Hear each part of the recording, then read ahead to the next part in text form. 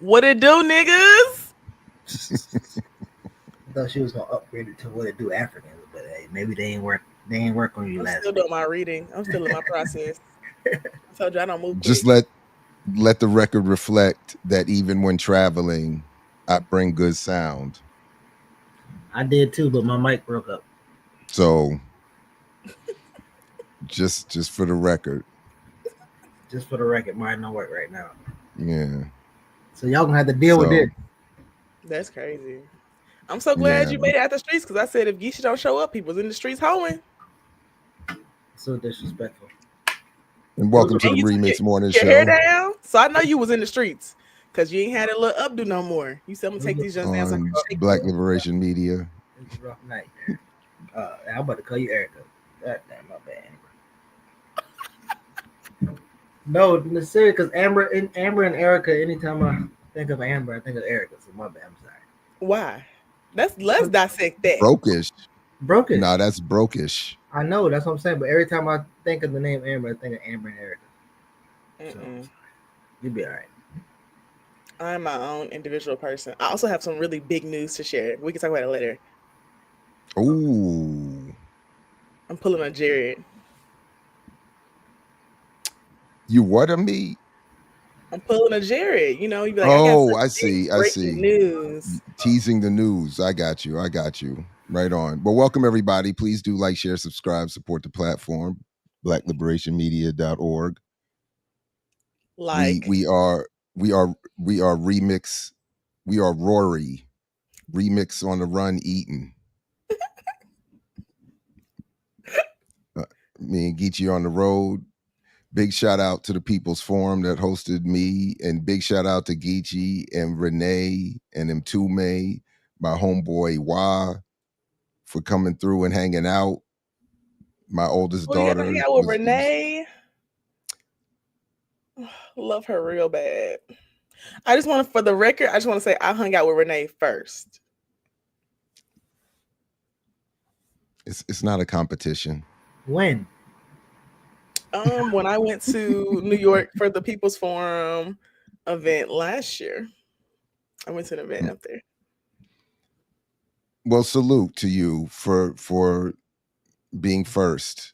And this was actually my first time at the People's Forum. So this was great. It's nice. I said the socialists got money, baby. I'm not in their pockets, but it is a nice space. Very nice people. Salute to Saidi and crew. And I had a great time. I did also get to, and I don't know if it's my internet slowing up, so forgive me, everybody. But I, big shout out to Eugene Puryear too. Got to catch up with him real quick while we were here yesterday. So, big fun had, big politics. It was great. And the space was nice. We came away with some t-shirts and books. Met up with some comrades. Mm-hmm. What you said, I didn't hear. I don't know if this is because it's a Memphis nigga in the chat or not, but somebody in the chat said North Memphis, South Memphis, Westwood, Orange Mound. And I just feel like they're cheering me on. So I appreciate you for that. Also, someone else said this convo is why I tune in every Friday morning. And I said, I know that's right.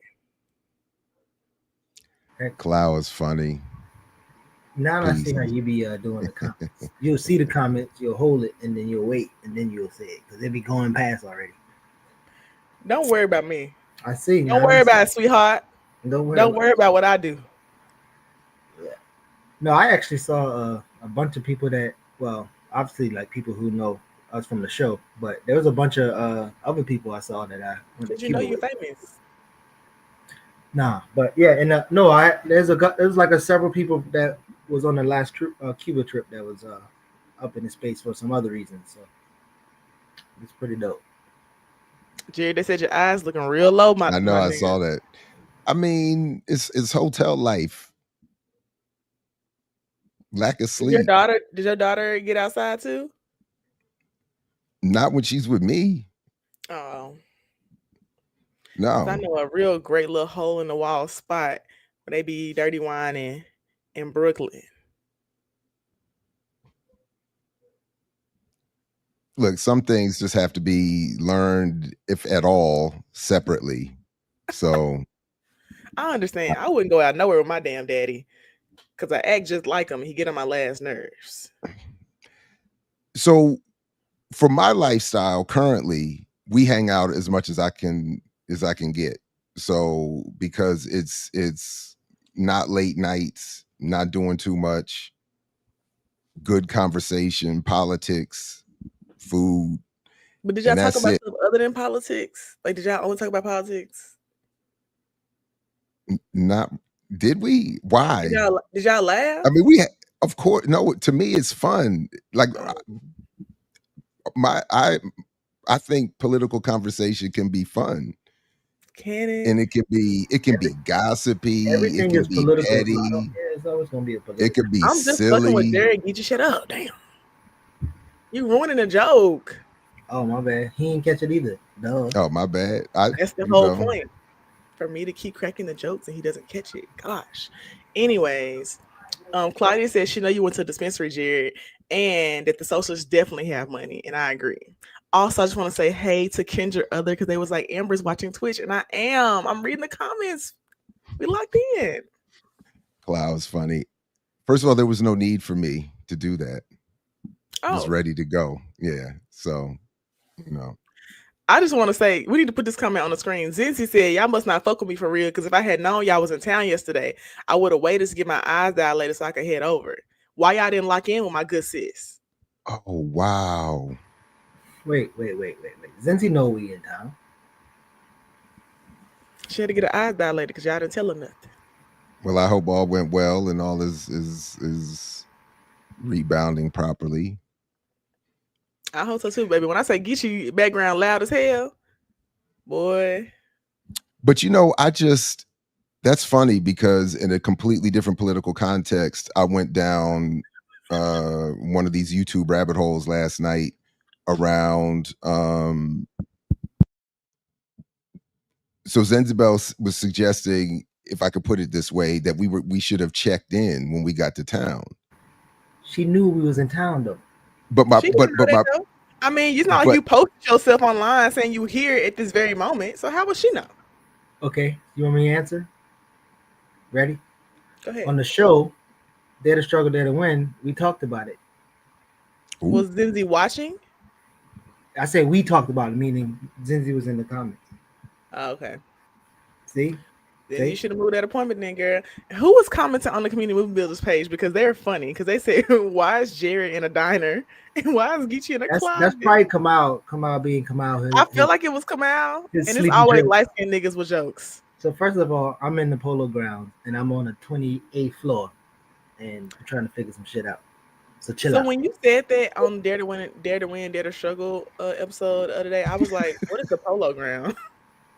Well, I'm not from uptown in Harlem, right next to Rucka Park. Uptown, downtown, uptown, downtown. Oh, okay. I don't know where that's Not at. that downtown, not that uptown. Did you go play basketball with some kids?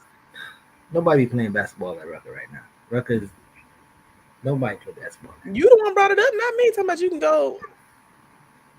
I'm just saying that's but that's where the polo ground at. Oh, I stayed in Brooklyn when I was there.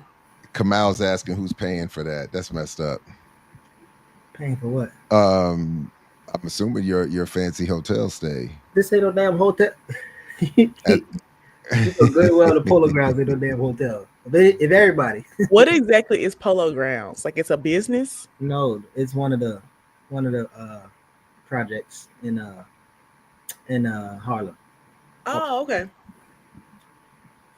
I do love Harlem. One of my favorite boroughs. So anyway, my point was that apparently all these dudes are going to jail for podcast snitching on each other. And I saw one brilliant commentary that said the short of it was, because over the last few years, it had apparently become popularized that people check in when they go to various neighborhoods so that everybody's clear that they get a pass to be in town. They don't get robbed or anything happens to them while they're in town. But this person was saying you all fell for the okie doke, first of all, by saying, let me check in, because that lets everybody know who to come get and rob while you're in town. And then because you've done checked in with people you don't really know, as soon as it becomes convenient, everybody starts snitching on everybody. And apparently this No Jumper podcast got getting everybody locked up. They all go on the show and self-snitch and snitch on each other. And everybody got caught up in a RICO charge yesterday. A lot of maybe not a RICO. Everybody got caught up in a RICO charge yesterday. A lot of where's that coming from? Erica. My phone, because I was finna talk shit to come out because he got me fucked up. Actually, somebody put the link in the chat because to the studio. Yeah, he playing and he up since he act like he don't be up on Fridays. Since you up and you talking shit in the chat, doesn't need the link to the chat. There it is. It's in the chat. He doesn't need the link to the chat. He doesn't need it though, but that is true. Wait, Jared, are you talking about Whack 100 and them? Because that's yeah. Oh, that's what that started from with the little Look, man, what do I know? No. I'm very, very much not involved with any of that. I just was. There's some apparently my algorithm brought some of this to me. Because I do watch Hassan Campbell's channel from time to time and stuff like that. So, but the way I'm quickly summarizing it, it does seem to center around this dude's podcast. And I kept seeing all these clips where everybody's on here basically saying a lot of stuff, and it's allegedly now being used against them. I don't pretend to know. And I'm not, and Don Royal, I'm not, look, I don't pretend to be co-signing anybody. I don't have any connection to any of these worlds. There was a core narrative that began with the Bambaataa scandal that brought my attention to Hassan Campbell. I do like when he stays in the very narrow lane of discouraging certain street life activity and trying to get people to learn from certain lessons. But I hear you. I don't pretend to know anything about any of this. They dumb. I for some reason, Zenzibel suggested I just heard check in, and then I heard everything I was watching last night.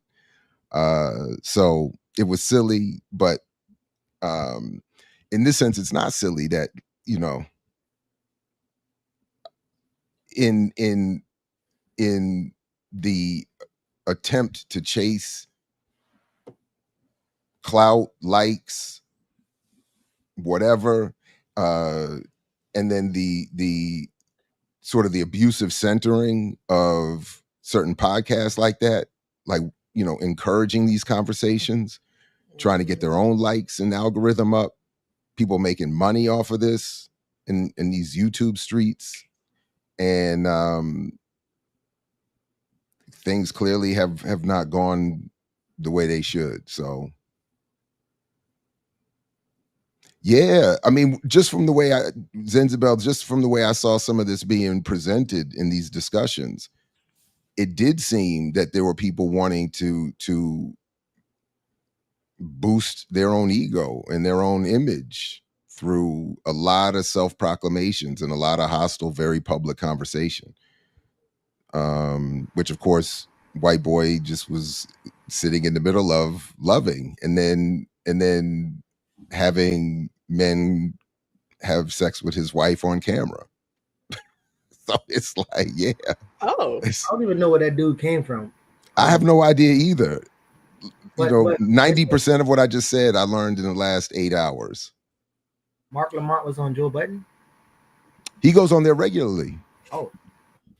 But Mark has always, I mean, Mark has always I want to be had a relevant. very sort of eclectic, you know, he moves in academic spaces, activist spaces. He also ends up in popular spaces. A lot of it has to do, of course, with his time on CNN and all of that. But yeah, and if you're in, and now that he's moved more and more into these YouTube spaces, it seemed to me to make sense that he would be there at least sometimes. Now I don't watch the show, so I don't know, I don't but either. I'm not Very surprised that he's there. I just want to say, if Ear Doctor in the chat, I mean, he could be on the show. He could be producing today. That's all I'm saying. But he also said that light got you looking like the good guy and the bad guy at the same time, Jared. And actually, I see it. I can see it. You know, sorry. We doing, you know, this is, I don't know what to say about that. That's a good line, I guess. You know. I can see it. I know your back gonna hurt after Oh, my back is on fire. It doesn't matter. That's is there is no That's right. Make a sacrifice for the people. I mean, it would be hurting whether we were doing this or not. But I make many sacrifices for the people. Oh. Okay, are y'all ready for the most important part of the episode? Oh, I thought we were gonna wait on that. No, I'm talking about dating updates. But I wanted to. She can't wait. She can't. Can I do what we never do very quickly though? Before we can we just go ahead. Just, Ear Doctor put together a really nice thumbnail for this show, and we almost never talk about the thumbnail, and it sometimes causes confusion. Now I don't know why he put the thumbnail there, but I have a very I feel very connected and drawn by that memory of those fights. Roberto Duran versus Sugar Ray Leonard, Manos de Piedra, Hands of Stone versus, I forgot what Sugar Ray's other nicknames were. But and it's always funny to me because having married into a Panamanian family, Roberto Duran is a superhero. But I still identify and come out of that Black American thing, Maryland, Sugar Ray, hometown, homeboy, and I was always rooting for Sugar Ray.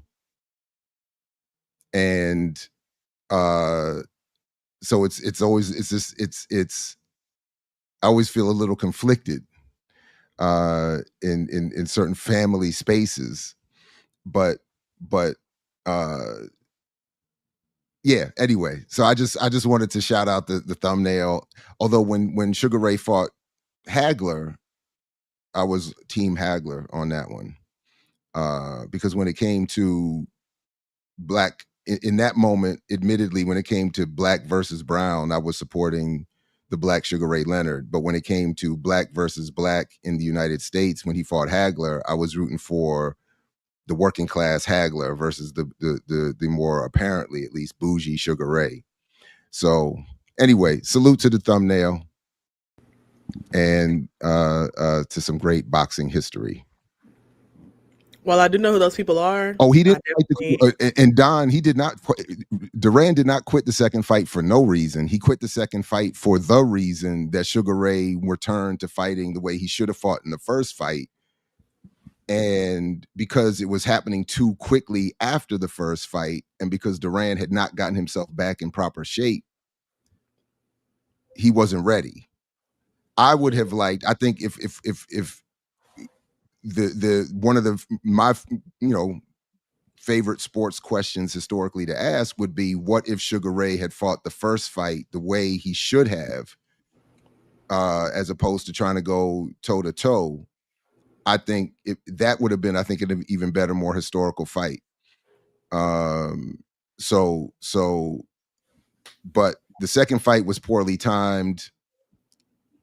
Duran was on that champion lifestyle, in between, you know what I mean? And then, and Sugar Ray did what he was supposed to do. So, yeah, anyway, just my 2 cents on that. Just my 2 cents I on actually that. do like the thumbnails. I always think they're like they always draw me in to watch the episode.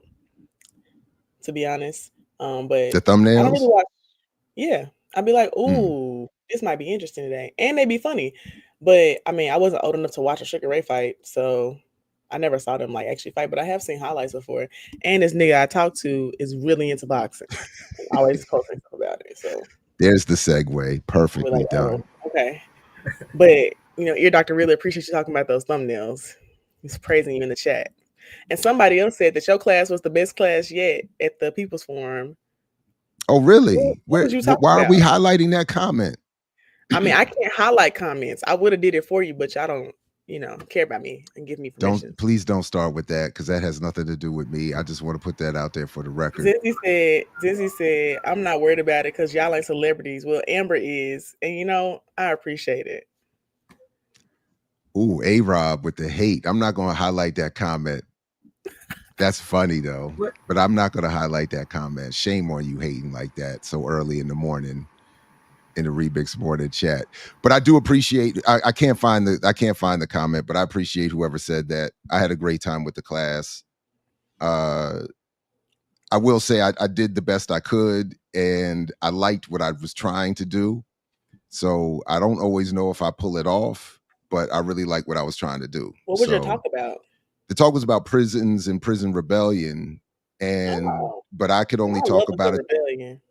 Well, but I can only talk about it the way I had to talk about it, which is to talk more about narratives around prisons and prison rebellion as opposed to some of the specific histories.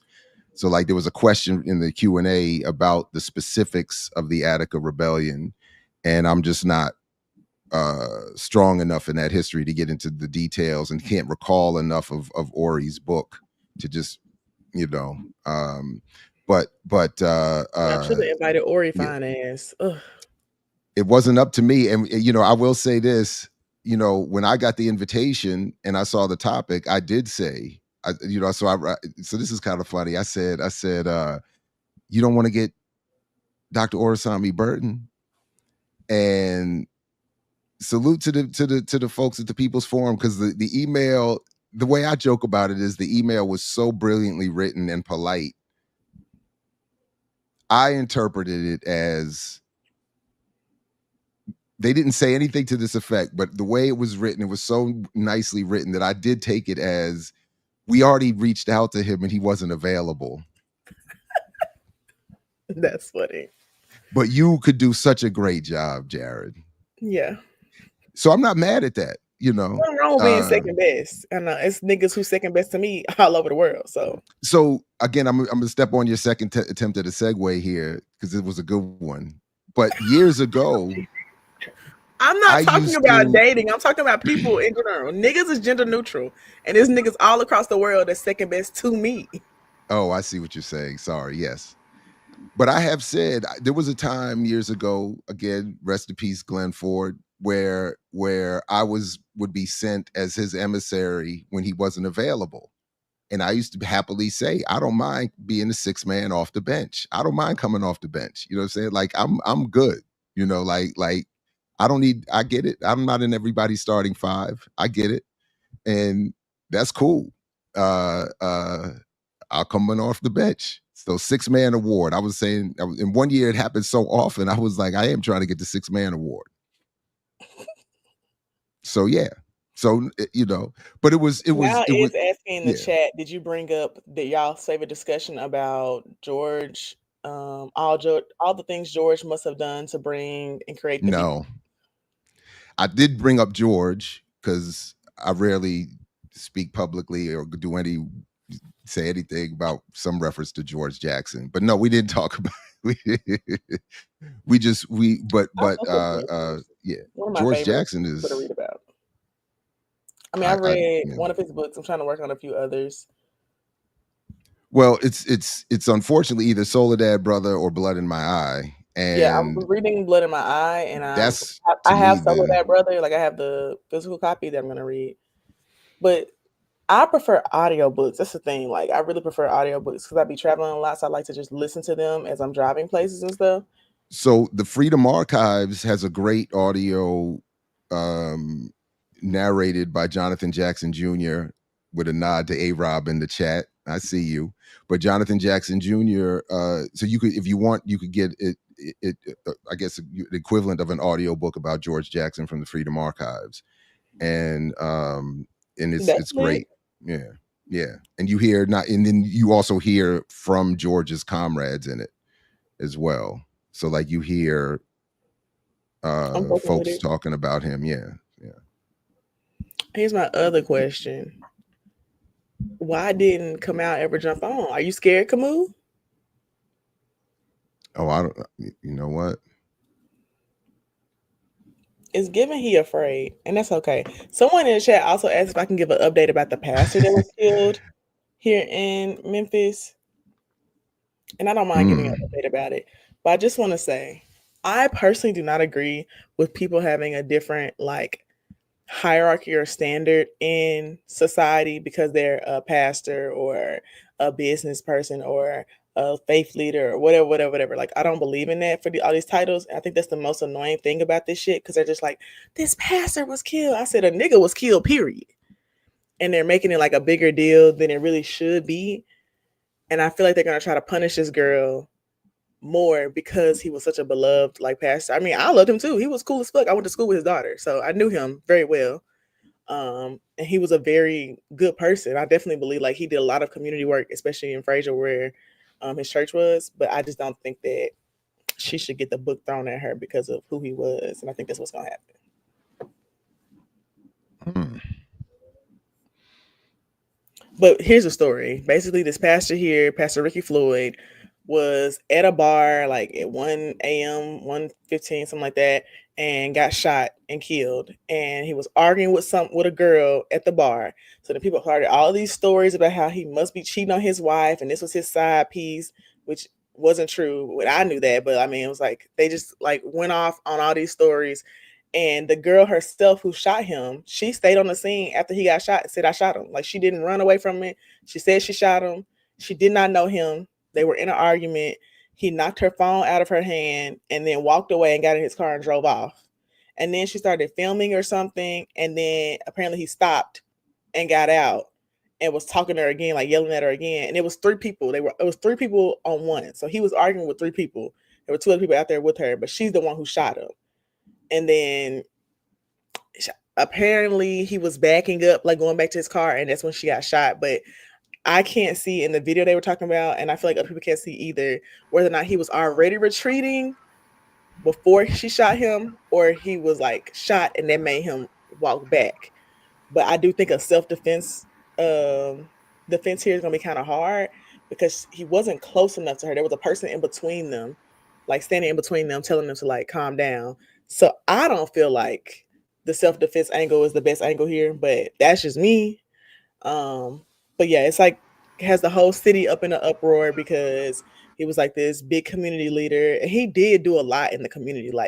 He owned several businesses and would hire teens who would get in trouble or youth who were got charges for stealing. He was had a connection with the DA here to make sure that if someone got on diversion or something, then they could get a job at one of his businesses making good money.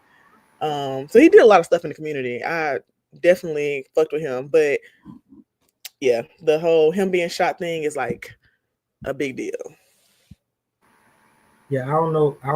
Well, I don't know. In terms of do a lot and then straight to business and employing youth, sometimes that's kind of a shaky thing. But so she bonded out, and I don't know. I don't know the percentage of the bail's bonding, but at $100,000 bond. So what? Yeah, it was 10,000. Our BLM chapter, who has a bail fund, bailed her out. Okay, because we're not gonna leave nobody. I'm curious about the story behind that part, because if they're at a bar fighting an argument and whatever, and she feels like she need to shoot the person. And I mean, I don't know how what kind of what her emotions were in the moment, but I do know there were people standing in between them, and so I do feel like it's gonna be hard to push a self-defense defense here if someone is standing in between you and the person and there's space and he doesn't have any weapons. She got a gun, he don't have nothing. But didn't you say he knocked something out of her hand. and then drove away. So that was before. Oh, So well, he knocked her phone out of her hand, and there was a beer can, like she was holding both, knocked them out of her hand, and then he walks away. He gets in his car and drives away. And Kamal asking there's going to be a political analysis to this can really shut up. But for me, the political analysis is that I do not agree with people like having a higher standard of like care or defense or whatever just because they were a pastor or a teacher or a police officer or the DA. Like I don't really give a fuck who you were.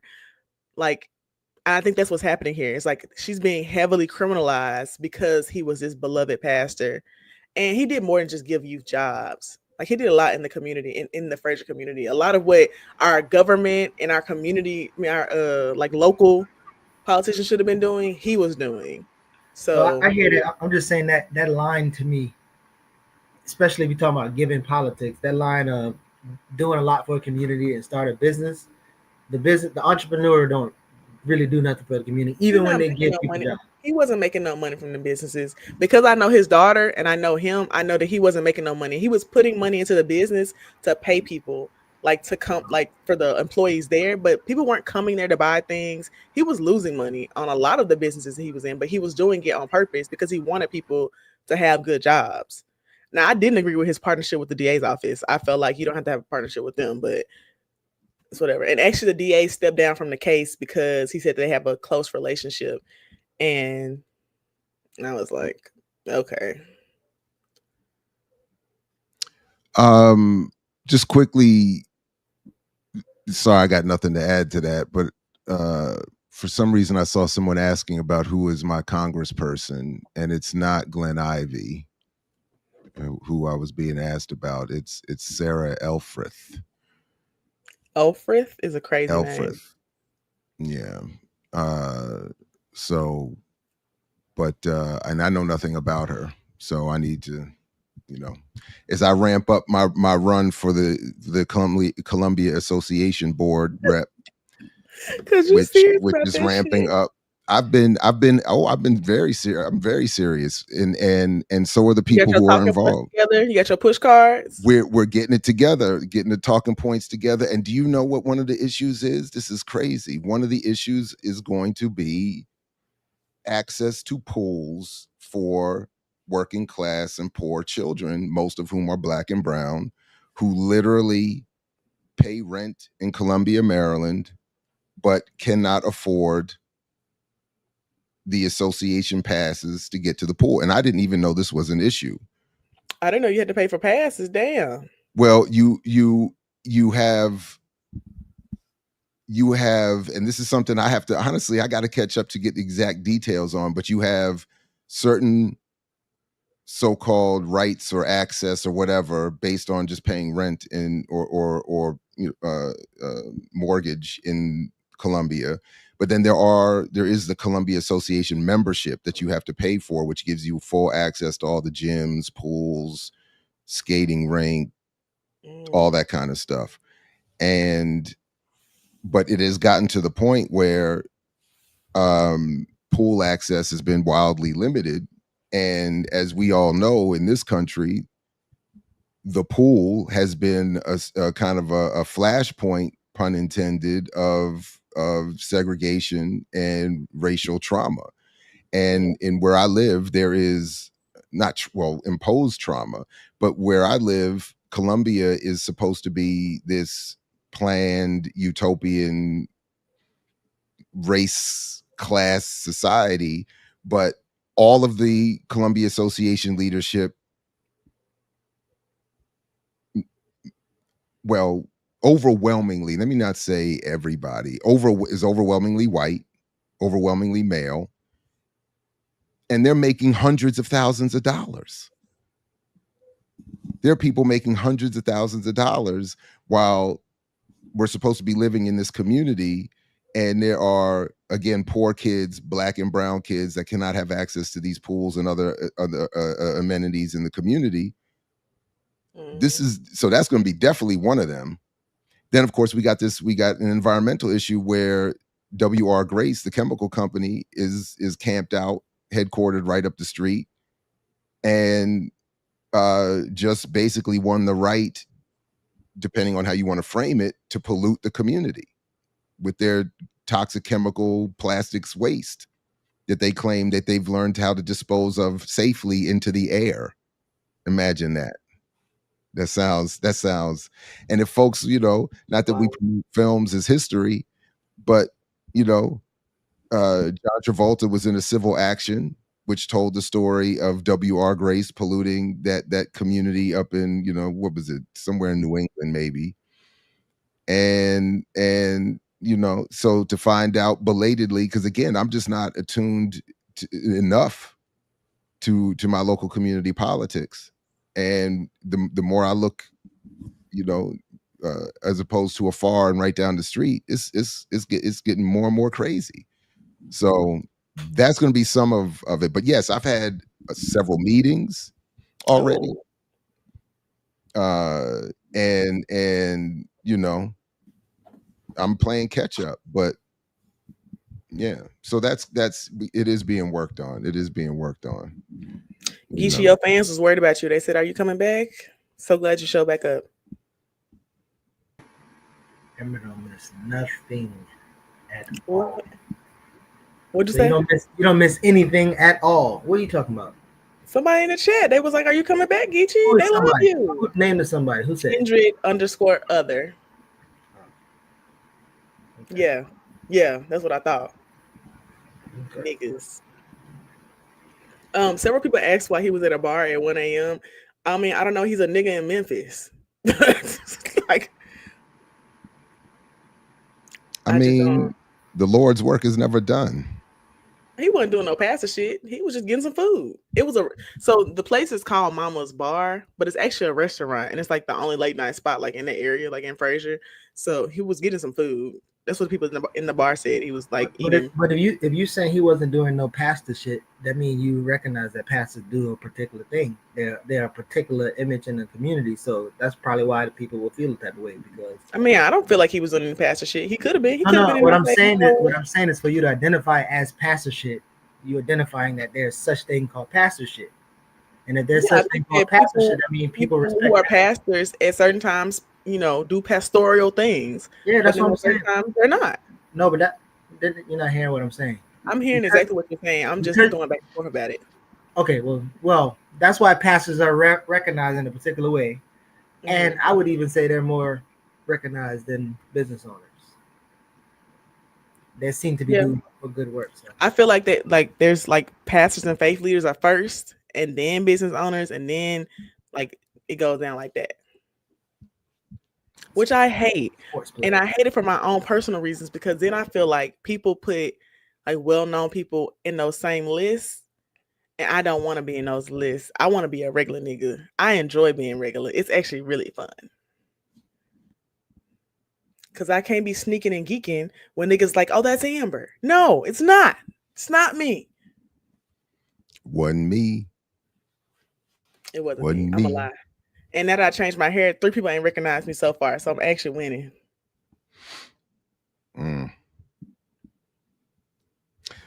So, yeah, go ahead, Geechee. Go ahead. No. I was about to say Amber has a terror of niggerdom. Like this nigga. So I just thought I do. A regular. Yeah, we should go through them one day. I mean, the top one is the poly nigga, even though I'm not poly. So y'all ain't gonna like that. I've heard nigga in a positive reference, a regular, and then a negative one. Nigga is gender neutral, as I have said. But yeah, I would say the poly guy is up there. And honestly, he really only recently went up higher because he got glasses. And I'm not gonna hold y'all. He looked like a different person. I don't know what it is about glasses that change people, but he got finer. And I said, oh. You so funny, Jared. Please be serious. Oh man, one of my favorite moments was when I got new glasses. This was like 20 years ago. But I had to, I needed some help. I've never been the most stylish, of folks out here. That's a shock. You look so stylish today. And I went to get these new glasses, and my homeboy And I got these new glasses. As I turned around, this old black woman who had just been standing behind us quietly, she turned around. She looked at me and she said, "Oh, that's what you needed." Because she said, "You walked in here with those big TV screens on your face, and you needed an adjustment." Because apparently the first pair I had got for myself when I first, because I wasn't always a glasses wearer. I didn't have to get glasses until I was in my 20s. So, and I had got these, I don't know what I was thinking, but I had these big frames, and my homeboy was like, "Man, you gotta get them changed." Were you at the house, Geechee, when Big Rose was there? No. No. Never mind. He was like, "Man, you gotta get some new glasses." And I went in there, and she said, "Man, she said, man, she said, you came in here with those TV screens on your face." She really take the care of you, and that's even funnier. It was hilarious because she hadn't said a word. She was just in there quietly minding her business, and then She was observing. She saw everything. She saw everything. But yeah, she was very much observing you. But yeah, he got finer with them glasses, and then the nigga who was singing the karaoke stuff, I still talk to him, but he kind of boring. I feel like he only like livens up when he's like out singing. So that's kind of only time I want to talk to him. Do they be watching you on your show? I don't think so. Oh. I mean, it's not a secret I've talked about. Like, well, you said it was kind of a secret last week. Now you said they don't know about each other, but what I'm saying. Okay, so first of all, privacy is not secretive. I'm private in general. I'm not secretive. I'm not in a relationship with anybody. So common sense will tell you that I'm probably not the only one. Because I'm from Memphis, making easy money, pimping hoes and style, and I do it every day. So let's be real. Wow. Well, there you go. That's why the pastor from Memphis, and that's what Memphis mean. And I guess shit happens, bro. It's whatever. But yeah, man, salute, man. Rest in peace to my homeboy Paul Fleming, man, from Memphis. My homeboy, my closest homeboy in the Navy, man. When he died? It's been a while, but you know, it's been probably 20 years at this point, unfortunately. Jared, please. Why'd you say every like time he I died think, yesterday? I don't feel like I did. I don't feel like I did. I just thought it was a general. You know, I don't have that. I don't have a lot of crew in Memphis, and he was, but he used to rep from it. Memphis. Okay, that makes more sense. That's what I'm saying. He used to rep it well. I thought you just thought about how your friend died. And no. I thought about it because of the Memphis reference, and then when you said, what is the acronym? Because I never heard it. Because easy money, pimping hoes and style. Yeah.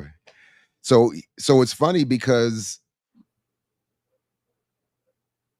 I would say he tried to live up to that lifestyle, but I had not heard that acronym at the time. So that was, or that whatever, you know. So salute.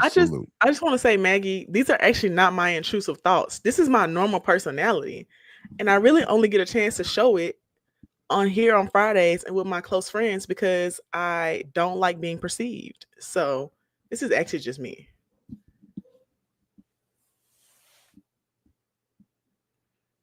It's something about Kamal sneak dissing in the chat that makes me want to call him a slur, but I'm gonna hold back.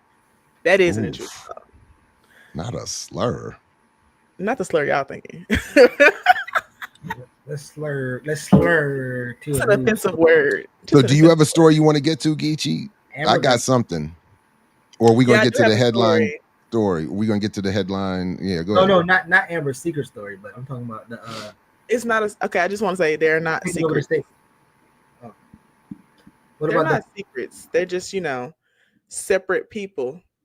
But I still talk to the karaoke guy. He cool. We probably going to karaoke tonight. I'm with it. Well, I'm saying I'm not talking about the personal story. I'm talking about the lady at the school board thing. Oh yeah, with the superintendent. Yeah. Okay, yeah, I can pull it. Do you have the video link I sent you? Oh, okay. Put it in the chat, please, because that was text message. I'll resend it. While I'm doing that,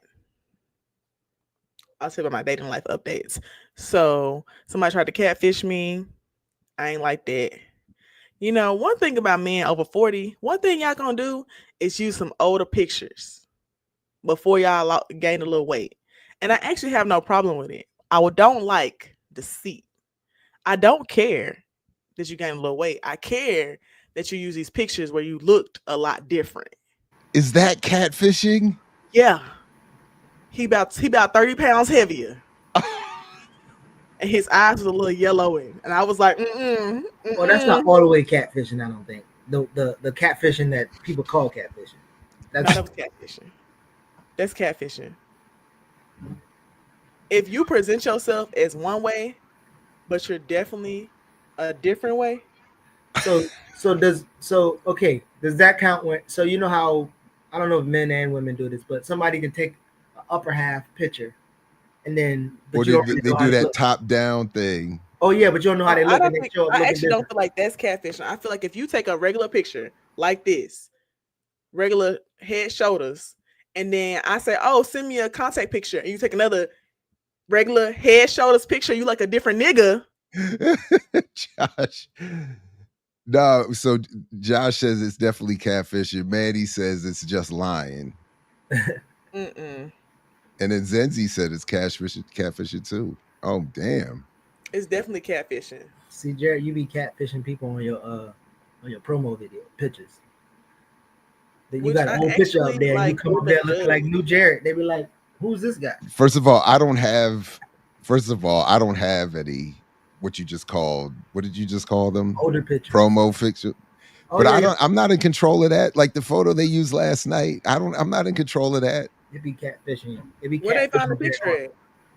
They just be They just using old Google and pictures. they just and Nah, they because you'll never get a chance to embarrass me. I'ma always send you my best flicks. I just honestly I don't know. Maybe this is just one of the better parts of me getting older. I just don't care. Maybe that's what I it really is. don't care. But I also Uh, feel like they don't be posting the best pictures of you, Jared. You need to have a picture you use consistently for events and stuff. I just for some reason there's something about that bothers me. I just don't. I don't. Bothers you. Now, So like on my website, I'll have like a collection of pictures on my bio page. that's what I was about to say. A collection is different. I don't think that's catfishing, right? If you have a current with older picture on your profile, that's what you're talking about, Amber. But if you don't have any current, But if it's people that. don't go to that and select from there and just use something, I would not ever feel. I would feel somehow out of myself to go to them and say, "Could you use this different picture?" I just feel like what are we doing here? Like, did you just go on? Did you? Why do I not hear you? My bad. You got to use an approved Oh, picture of me. okay, yeah, okay. Camus also said you need to stop putting up old pictures of you too. He agrees. See, he on your side. I mean, I'm just saying, it just doesn't. Although somebody last night did say, she said, I didn't. She said something like, I wanted to see you at this event, but when I came to the spot and saw this picture, I was like, who is that? Now, I don't know to what extent she was joking. I don't know. We just were talking. We just met. But, other than that, I just don't feel, I don't know. I don't feel like I don't know, man. I don't, I hear what you all are I saying. feel I like just it's feel like catfishing because Monty said it's not catfishing, it's just lying. I feel like it is catfishing if you do look like a different person. Like he obviously had gained some weight. His health was not the same. Like he looked healthier in the first picture. And although yeah, I don't that's be telling people unfortunate. up front, I am strict about like if I'm willing to date someone with certain health issues because I know what I can take. Like I know my own capacity. And I felt like he definitely had something going on because his eyes was like a little yellow. And I was like, that's not how you looked in them other pictures. And I just feel like that's not fair. I think that you should present yourself as you actually are because I need all the facts up front so I know what I'm willing to get into. Cause I know I ain't got the capacity for none of that. That's just Uh, me. And I tell people that up front. Like I know myself. I just don't want to like set us up for failure. Amber, I thought you was gonna send me the video of the lady. Or do you? So David Soberg, thank you for the compliment. Lisa Catlett, thank you for the constructive criticism. It's people telling me to stay out the chat like I'm gonna do it. I'm gonna be in the chat no matter what. Camus says tell people to stop using pictures from 50 pounds ago, and then someone else said you need a style consultant, Jared. I agree. They also told Camus to style stop thumb consultant? thugging. Amber, you ain't learned that from what's up, Jessica and the Breakfast Club people fighting over in the comments.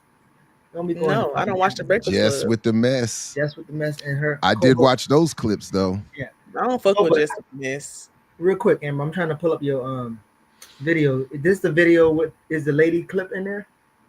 Okay, so I think that you're confusing the situation. So the lady has been fired. That was like a month or two ago. Oh, I thought it was a new update. No, the lady was fired. He's talking about the school board superintendent, everybody. The Memphis Shelby County School Board superintendent was fired by the school board. As a result of that, the state government said, if you fire this lady, we will take over your school district. And so they wrote legislation to take over the school district. And that's what the video was about. And that's what that article that you put in the chat was about. So I guess you didn't read the full article because the lady ain't talking no more because she gone. She fired. I thought it was a clip of the lady. Ain't no clips. She gone. Okay, well, she can't do press conference and stuff like that? But nope. I'm play you, what's she going to do a press conference for? She's a nobody now. Oh, shit, nobody. Okay. Yikes. Hostile government takeover. What's up? This is Amber, your favorite policy organizer here. And I got the tea of what's happening in our local government right now. And not a federal takeover. I mean the local state government, Tennessee to be specific. This morning, Representative Mark White argued HB 0662, which would allow the state to come in and put a board of managers over our currently elected school board. So here's a few things that the bill would do. It allows for a board of managers to be appointed by the governor, the House Speaker, and the Senate Speaker of a 9-member body of people who are from Shelby County that are experts in education, but are not elected. And that board of managers would take over the duties of the school board, including hiring and firing the superintendent. And it has to be set in place for a minimum of 4 years. So it allows for a 4-year takeover. This will remove decision-making power from our currently elected school board, which is just not okay. And it allows this board of managers to make all the decisions, and our school board members will be advisors, which to me doesn't even sound legal, because if they're an elected body, how can you take away their power as an elected body?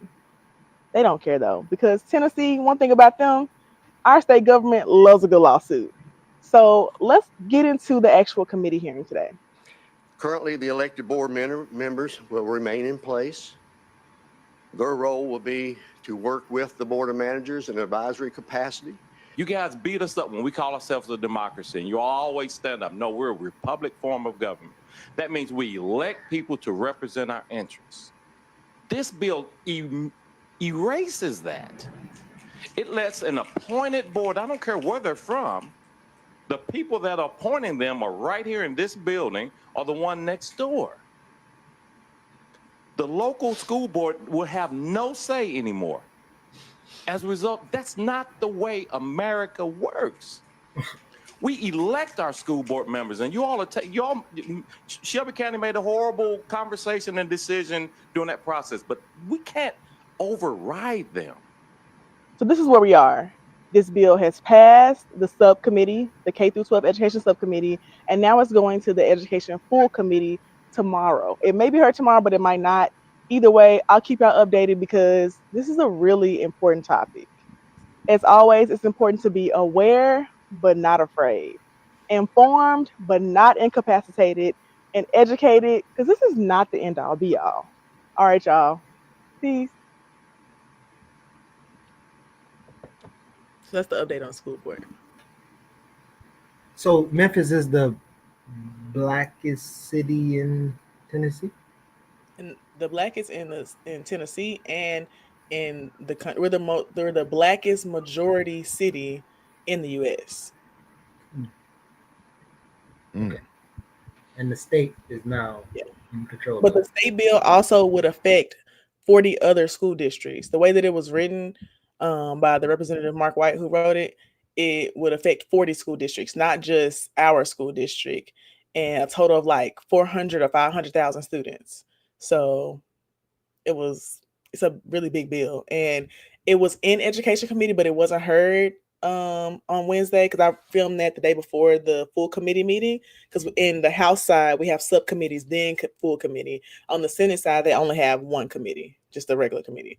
So it made it through subcommittee and was going to regular education committee, but it wasn't heard because they were actually hearing another bill, which I also made a video about. We don't have to watch that one if I want to, but I also made a video about that one. It would require that students show proof of citizenship. And if you're an undocumented student and cannot show proof of citizenship, that you would have to pay tuition for public school that is equal to the amount of per pupil cost based off of the Tennessee Better Education Formula.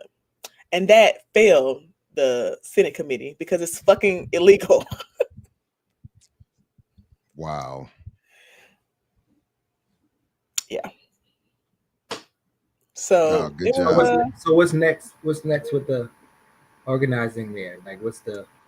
There are a lot of people still organizing around it. I think that one thing I'm seeing like nationally too is there's a lot of education attacks, like a lot of education attacks on illegal immigrants, aka just immigrants in the country, and undocumented folks.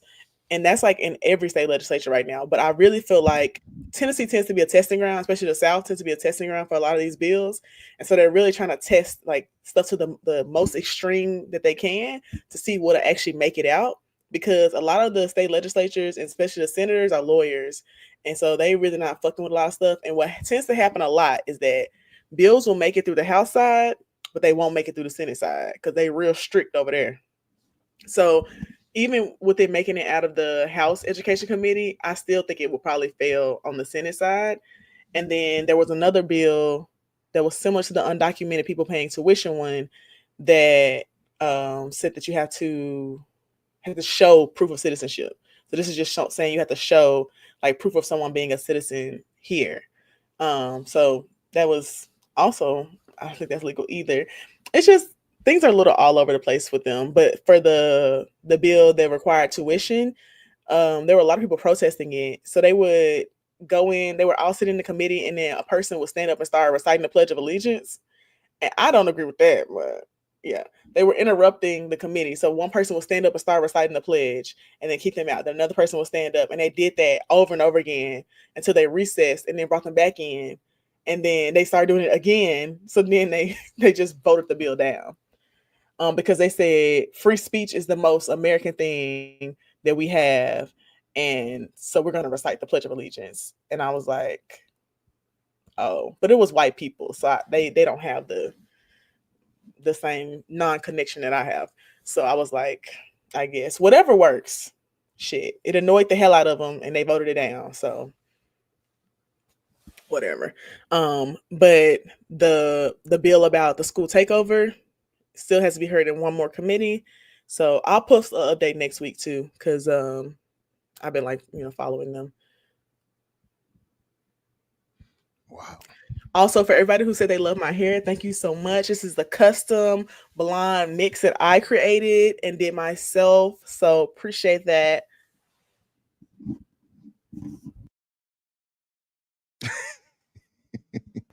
Why are you laughing?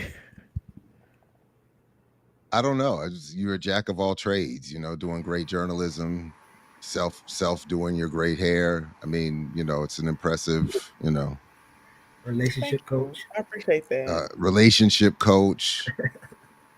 I mean, it's just so much. And that's why I got intrusive thoughts. I'm just a jack of all trades. What you got? Make sure y'all highlight Josephus' comment because he said Amber is what this show needs. I actually need you to highlight it right now. Josephus. That's a good black name. I'm playing. I play too much. Facts. Amber, the love doctor. Ooh. So what's that movie by Spike Lee? She's Gotta Have It. I do like that character. Man, it's been a long time since I've seen that movie. I mean, they got a show now, and I keep hearing the show. Oh, that's right.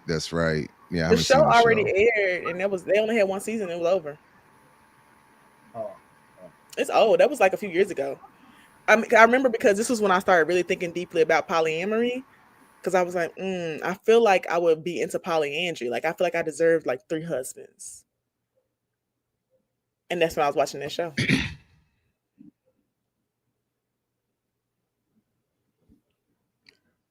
Oh wow, my bad. My bad. I'm very slow. That's not just any Josephus. That's Skip Coon, the god himself. So my apologies for being a little slow this morning. What's up, Skip? First of Salute. all, y'all be saying stay out the chat, but these people are geniuses because somebody said we need polyambory. That's good. That's good. Yeah, I like that. I know 'Cause it like is I a said, shame. It is a shame. That is shameful on my part. That was ridiculous. Because it's crazy because I was in my preparation for the talk last night. You know, I have a playlist, and just so you don't think I'm making Skip stays on it. So as you see right here, track 3, one of my favorites, the classic James. So, you know, that's part of zoom in, we can't see. I don't know if I can. Just look more closely. I don't know if I can zoom in on that because The way I it's the want to put my face iTunes. into the screen is not a good idea. So I the can't the see. point is it's my pregame playlist, and James it stays in rotation for however many years it's been out now because um,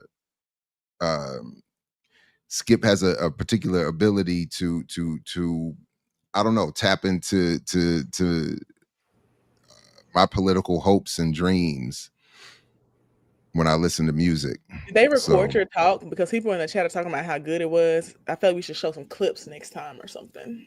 it was recorded. I don't know when and where it will be available, but it was recorded, and I appreciate the compliments. You know, I just thank want you. to address people in the chat saying that the silence after I be talking be killing them. It's because they trying to process my greatness. They ain't never Yeah, I heard mean, none like this. that's facts. Geechi I silent think. because he can't turn his mic on, y'all, because he in a loud ass room. no, actually, that ain't it. But I'll let you have that one. What are the legislative updates where you live, Geechi? Are you paying attention to them? Do what now? What are the legislative updates where you live? Like, are you paying attention to them? No, I ain't paying attention to nothing. There ain't no updates. I know, because I pay attention Right. to things happening in the South. Because I care about the new African niggas. Can somebody drop a link? I didn't. If they've found it on YouTube, please drop a link. Stunning y'all into silence is crazy. I'm gonna make What a the fuck? super reel of all Who the did I chat judge? comments. How am I judgment? Like, how am I not saying anything, but I'm judgmental as hell? What the fuck did I do? Oh, thank you, Josh. That's the weirdest shit. You should be judgmental. Y'all ain't right. Y'all ain't lying. You're right. So this came up a little bit last night. Because I mentioned what are my thoughts on the gutting of the Department of Education. One of the contradictions that when I quote or make reference all the time now to Orasami Burton's summary of what liberal counterinsurgency is. I'm reminded that he was saying that in the context of the contradiction of Trump attacking the liberal counterinsurgency, which is what in part DEI is, the Department of Education is. He's even been calling out attacks on AFRICOM. And that, I mean, it's like, so obviously this is not the context in which we would want these institutions attacked. but part of my initial response is that it's sort of it, you know. Let me try to answer it this way. Can I try to weave in the clip I wanted to play? And this is the way I think I'd like to try to answer this question. Shout out to Status Quo who put this clip together of Chuck Schumer recently on MSNBC, and I think this sort of gets to how I would like to answer that question. If we could just watch this real quick. The other opportunities. But then because what people hear is like, we're gonna lie in the cut until they self-destruct. Like, what's the plan? But then what is the strategic plan? Here is the plan. Here's what we're doing right now. Okay. There are two things I want to say. One, every day we are hammering away at Trump. And we have a simple thought that unites the Democratic Party from one end to the other. He's asking the middle class to pay for tax cuts for the billionaires. It unites us all. Bernie Sanders likes it, and my most conservative members like it. We're hammering away at that. Today it was Medicaid. Tomorrow it's going to be, or in the next few days, it's going to be tariffs. He's raising those tariffs, raising your costs, Mr. and Mrs. American, by $2,000 a year if he raises all these tariffs, so that he can use that money for tax cuts for the billionaires. He's cutting your education funds, and so your kids don't get a great education, and your school taxes will go up for that. So we have started doing this day in, day out, every day, fighting relentlessly. His numbers have started to go down from 51 to 47. If we keep at it and keep at it and keep at it, his numbers will be much lower. He will not only be less popular, but less effective. Second, we will find the moments where we shouldn't give them votes. Hakeem and I met yesterday. We're exploring that right now. And there will be times, just like this instance, where people will say, don't give them the votes because you have the leverage. There will be instances, not like this, where a shutdown would ensue, but where we will have the higher ground. And we're going to do it. Watch us. Okay, but here's what I would say in response to that. And again, I'm channeling people. Yes. They're not going to do none of that shit. But listen to this real quick. Here's what I would say is that all of those things you enumerated, which all sound like good politics to me, are the kinds of things that you'd be doing if Mitt Romney were president. That like there's this weird asymmetry right now, which is that they are acting in this totally new way, in which they are ambitiously trying to seize all power and create a presidential dictatorship in the United States of America. And the Democratic opposition is acting like, well, if we can get their approval rate down a few points, then what? What happens? So, and again,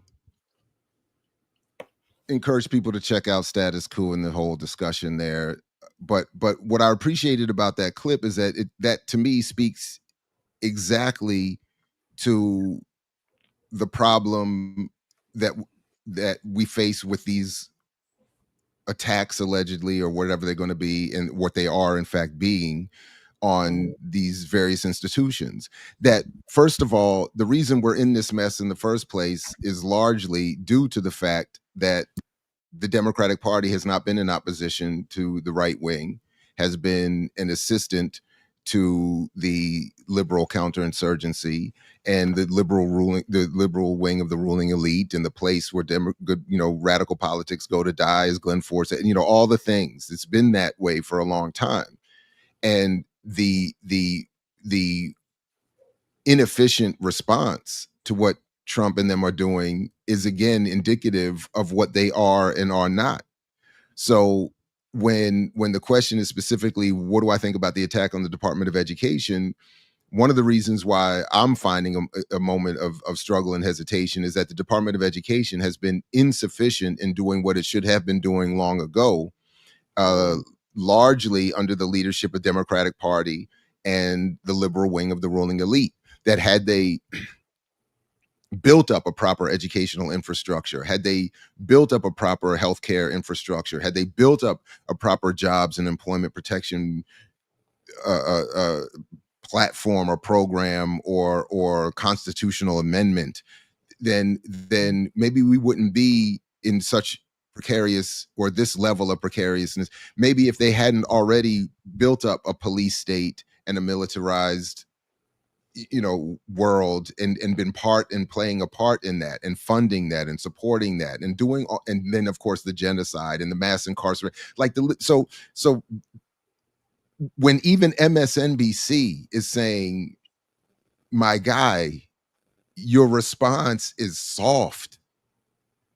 I'm like, but that's all they've ever been. And for MSNBC, who has only ever promoted them as the option and the saving grace for humanity against the rising tide of the right, to then even get points from me in this moment for calling that out is itself part of the contradiction and the hustle that has led everyone to this place. So no, I don't want tens of thousands of people to be overnight unemployed. I don't want believe me, I know more than many might realize in this moment, the threat to employment that this moment means, and the amount of world changing crises being heaped upon largely, I don't know what it is at this moment, but overwhelmingly Black people populate federal employment because the private community doesn't hire Black people, and there had to be a fight just to get the federal government to hire more Black people. So it's going to be a lot of Black people suffering. It's going to be a lot of brown people suffering immediately in these firings and all this other kind of stuff. So I don't want that. I don't want any of this to be done in the context of serving tech feudalism and the dark enlightenment and all of these, this lunatic fringe of an already existing fascistic situation.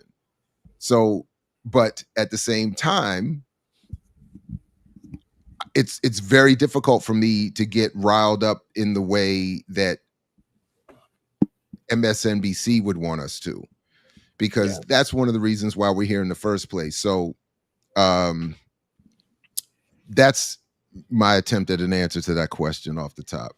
I have some mixed comments on it too. And Esme was saying something in the chat about how we need public education because they want our kids to be stupid and malleable. And I'm also hearing arguments like that right now because of the school board thing that's happening here, like with the state trying to take over our school board. And my argument is a little bit different, and I kind of agree with some of the more like radical people here about how we should be like teaching our students ourselves anyways.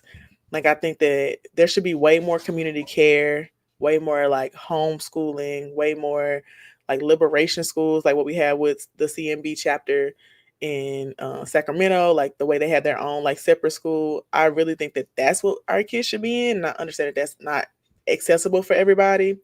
But I also know that we don't provide the type of community care to make it accessible for people. Like, there aren't a lot of people here doing those kind of unschooling type of schools where kids aren't learning, in a system, but they're learning that actual history. Like, that's not happening a lot. And so my pushback against that is that we should not only be educating people through public ed. Like, there should be other ways that kids are learning about things. And I don't see that happening that much here, especially in Memphis. Like, it's a little community right now that does it, but it's not a lot of people. And I think the first part of Black liberation is teaching our folks what they should be knowing themselves. And that's definitely not going to be happening inside of public ed. It's also a good point. I mean, it's a good time to be reminded of the traditions of. Yeah, go ahead. But no, but I also think like it's like the when you say teach people what they should be knowing, I mean, there's a big argument for the African-centered school to be heavily focused on entrepreneurship and some other stuff. So I think I don't know. I wonder if we even know as a large body what students should be learning or how they should be learning and prepare them for statecraft or taking power. I'm not sure that we have that clear yet. So it'd be interesting. There's also oddly as it may be, a kind of class element to the question of African-centered or independent schools as well, because I definitely think there's not a lot of people can afford it and are not, or geographically situated to get their kids to these spaces, and the schools aren't funded to the point where they can go pick up everybody with a bus system or something like that as well. So there's a lot. So that's why I think in terms of overt public politics, why I keep being drawn back to what either even George Jackson said about overt political parties, what Malcolm X had said about engaging the electoral process, that there should be an overt militant call for a redistribution of existing resources to take care of all of these problems. So whatever all the other beautiful things that absolutely need to happen off camera and in less or completely covert way, less overt or completely covert ways, that's fine. But there needs to be some overt call that says, look, enough already. Why do we, it's the same thing I keep saying with buying power of Black capitalism. Stop telling everybody that they have to be the ones performing every single thing, to do every single thing exactly right, figuring out the curriculum, figuring out the stock market, figuring out the construction of building. Like, enough already. There's trillions of dollars floating around here, and 800 people in this country are worth 6 trillion of them. And that is enraging to think about. And then we got to be, on podcasts or in meetings coming up with the perfect threading the needle solution, and any variation just throws us completely off into a tailspin. That's nonsense. So speaking of entrepreneurship in the Black men's leadership class, that rapper, what's his name, Mike something, Killer Mike, Atlanta. Killer Mike, Mike Ray Render. J. Killer Mike and Ray J down in Florida campaigning for that nigga for Congress. Wait, what? Yeah. That dude, somebody, Josh Whale, who's like running for Congress in Florida. It's like 2 flip seats, 2 seats right now. And if they flip just one, then we get control of the House. And they down there campaigning for him, boy. So Killer Mike and Ray J. I want to back up right quick. And now, how Ray J get in it? I don't know, but he on Zeus fighting with the turtle dude too. But so a couple things, and Joseph was saying this, and something that me and Asaf used to talk about often when people argue about African-centered schools.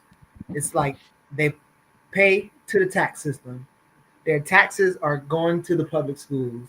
They take their kids out of those schools and then pay even more, or then also pay the African-centered schools. But all their tax money is going there.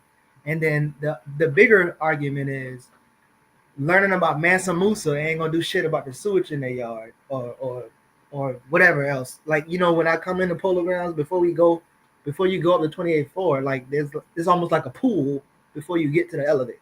So that, like, Mansa Musa, Queen of Fool, ain't none of them gonna help that shit right there. So I think but to be fair, the better argument would be if folks understood the histories and connections to Mansa Musa, the idea is they would be less. What's the histories willing that you want us to learn, Jerry? Go ahead, talk about it. No, my point is, the idea is that if African people knew African history more appropriately, it would lead to greater resistance to these conditions. So obviously it's not going to lead to the specifics of cleaning up that puddle or that leak, but it would lead to the conditions where political movements could arise, where people were saying we're not accepting this on any level.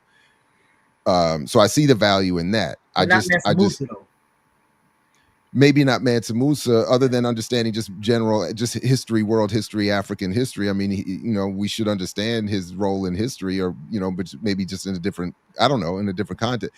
But my point is that, just that, but also that the politics, the geopolitical, economic processes involved in developing these schools and protecting these schools, like, I would love it for someone more in the know of DC history and, for instance, Nation House's history, but it has been gentrified out of its initial location. Its most recent one. So the point being, how do these schools even survive as independent in this colonial setting and at the whims of this very hostile broader society? I think all of those things need to be considered, including what we were talking about in terms of the practicality of class, transportation, finance, etc. And I'm not even entirely sure, I certainly haven't, but I'm not entirely sure to what extent we've studied the history of these Black independent schools. what kind of to your point, Geechee, about we don't follow through with the history of co-ops or black businesses. We make these references to history, and then if at all, and then that's it. But what actually happened, and how would we correct or make corrective measures going forward, I think is. But at the same time, it's like to what was already said, our money is already being extracted and taken to develop these pools of wealth. And then on top of that, we're supposed to create another pool of wealth to do something more independent. It's a lot. It's a lot. That buying power. It goes back to the buying power argument. The school thing of like funding Africans. Like, we got all this money, we got the buying power. We need to circulate that to African center schools. But then again, I think this is the argument that keeps coming up. They don't see their origins from slavery. Like, the argument is because they feel like their history started in slavery. That's why we in. Yeah. But that's not why we're in the position, because we don't see our origin. I do think there is a connection to be made to that, though. How so? I am that if. So one way I think it would work is that if Black America, for instance, sees its history and ultimately then its destiny as only existing within the confines of the United States and the origins of enslavement, it limits what we think is possible. It limits what world we might want to create. It limits, I think, it puts limits. It encourages limits. It doesn't have to be definitively limiting, but I think it does put limits on what we think we should be doing, and what kind of world we should create, what kind of fight we should engage, and with whom we should engage that fight. So, and then there has been an overt attempt historically to erase African consciousness in the same way, to remove indigenous people's consciousness from themselves, kill the Indian, save the man, as they famously said. So we should resist that, and find ways to have those histories and traditions inform us going forward. So that would be one way I would say. But I also understand that to Geechee's, what I think Geechee is getting to is that depoliticized, simply symbolic reference to African this, African that ain't going to do it. And I agree with that. Right, or else we get cats trying to sell real estate in Ghana on a year return. Man. If that's what, and that's why, again, the beauty of Nkrumah and Touré and the AAPRP's approach, etc., is there. Pan-Africanism under scientific socialism, a United States of Africa under scientific, it clarifies what kind of Pan-African unity we want, and then it challenges those attempts right there of saying, no, we Pan-African because we getting that bag together. It's like we exploiting, you exploit on that side and I exploit over here and we get that bag. That's not what this is. That's not of Pan-African panhandling. Oof. You should I didn't see your show last night. I didn't see that most recent one. I saw some of it because I be watching. I did see some of the clips of his daughter. Did you all go through all of that and play those and do all of that? Yeah, okay. I'm gonna have to go check that. I'm gonna check that out later maybe on the train ride back today.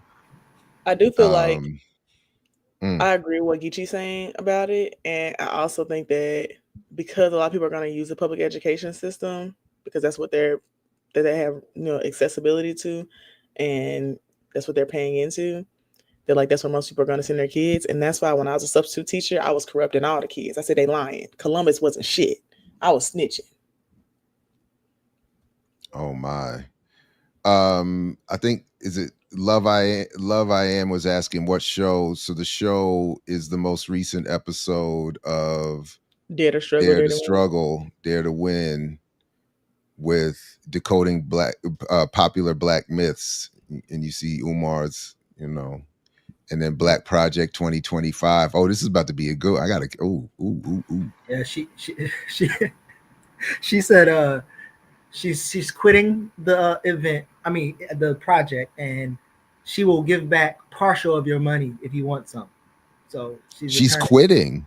It's done. She is a wrap. They're not even doing the crypto thing. She gave up. I don't know about it sounds like no. She gave up, and she says she's willing to give back partial of your money if you want it. Hell no. It's a wrap. Also, Tafari in the chat said they have someone you can interview about this. I think when you're talking about the DC thing. And just like, Tafari definitely put me in touch. I would love to do that. I admit my time in DC, there was only a handful of times I crossed paths with the Nation House community, Baba Ajay, rest in power, and all of that. But regardless of whatever, but I always both appreciated what they were trying to do, and then the situation in which they were trying to do it. So, and you know what? Praying for patience. Dr. Ball, if Asians have the most spending power, why are they not being targeted more to them to spend more? A, because it's not real. And B, they are being increasingly targeted. I don't focus enough on it, but Latinos and Asians are increasingly being targeted. And then, as I've talked about a little bit, all these groups are. The LGBTQIA community is being targeted for its buying power. Millennials are targeted as a group for their buying power, on and on and on and on and on. So, but it just has a particularly weaponized function when it's targeting Black people because of the particular histories and differences, et cetera, and so forth. But they are. I mean, there is an attempt to falsely represent and manipulate what the condition economically of Asians. And please check Brother Sadiq on Saturdays with Renee a couple weeks ago, where we talked about that and got into that a little bit, and in his article talking about the what is the widely misunderstood about the condition of Asians economically. There's a lot of fantasies out here, and so yeah, but niggas is I'm gonna do a Saturday Night Live tomorrow, and there's gonna be a somebody sent me a video, a sister in I'm not sure, somewhere on the continent, I'm not entirely sure, was talking about my buying power book. And so there is the expansion of the discussion on the continent is something I've always been interested in seeing more of. So I'd like to see very much what she's talking about. So I'm gonna look at that for tomorrow. But the Asian thing is, please check out Saturdays with Renee for that.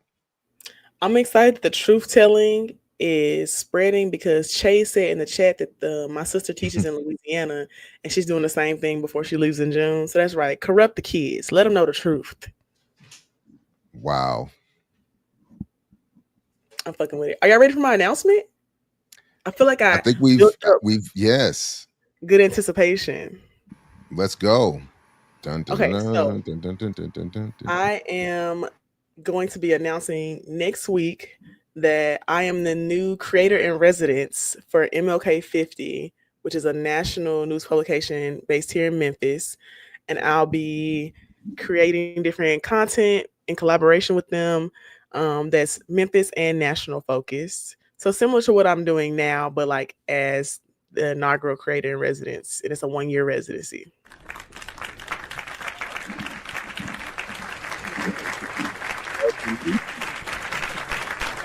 How does that impact the Remix Morning Show? I was just trying to give you some exclusive tea, but there's more news. Okay, good. Meaning like you gonna still be here, or you gonna? Yeah, I'm gonna still be doing this. I mean, okay. Because sometimes people get these fancy new jobs, and all of a sudden, this ain't a fucking job. It's a residency. Anyway, residency. There's more news though, because I'm a policy organizer and I've been organizing. So earlier this year, I met with members of our city council to discuss ways to make the city council meetings more accessible, because a lot of people want to come to the meetings, but they're not, because he's a hater. They want to come to the meetings, but they just aren't accessible to them. Like there's expensive parking. The meetings were at 3:30, 3 o'clock every other Tuesday. And so I wrote an ordinance to put in different like measures of accessibility, but they didn't pass the ordinance because they just did it on their own after I met with them. So they moved the time of the meetings to 4 p.m. I talked about that on a previous episode. And then I met with them on Tuesday and they approved free parking. So there's a parking garage across the street from the city hall building where the council meetings happen, and the parking will be free during city council meetings from 3 p.m. to 9 p.m. And they also put a lactation room on the first floor, a lactation slash like privacy room for folks who are breastfeeding or like have children. So that's opening next Tuesday. And then I'm working on one more thing that I put in the ordinance, and then I'll let y'all know when that happens. But yeah, if somebody said Amber be working with Democrats, I think you're new and you don't know that I'm an elected official, but it's okay. It's fine. I did this not in my elected capacity at all. I did this as a policy organizer who believes that public spaces should be accessible to everyone. And I also hate having to pay $20, $25 for parking every time I want to go to a fucking city council meeting. It's insane. And I want people to harass the city council members like I do, and they can do that if they got free parking.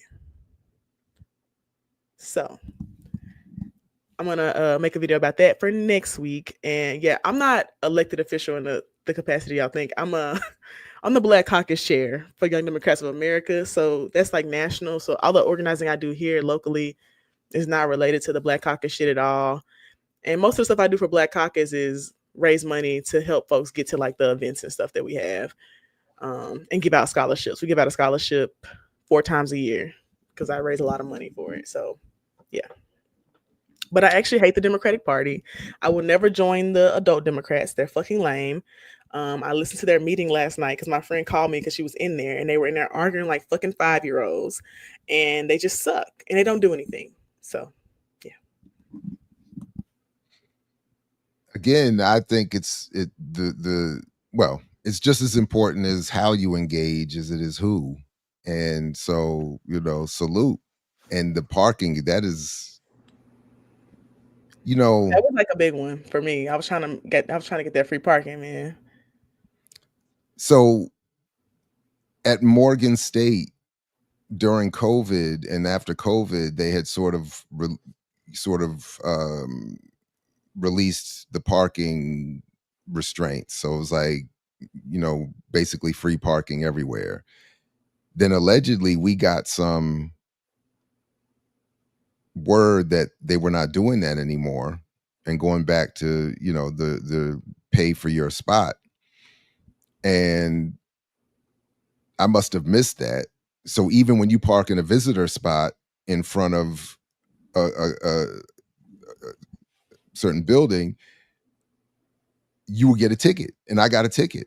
And I asked about the ticket, and they said, first of all, I thought it was an odd way of odd bit of surveillance, because they said, well, I said, because I was in the visitor parking spot. How am I getting a ticket? They said, well, visitors are for visitors. You are a professor. So I was like, and I didn't ask, but I was like, how did you know that that's my car? I was like, how do you know that's my car?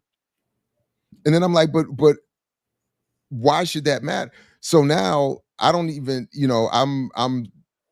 I am petty enough. I will not park in that.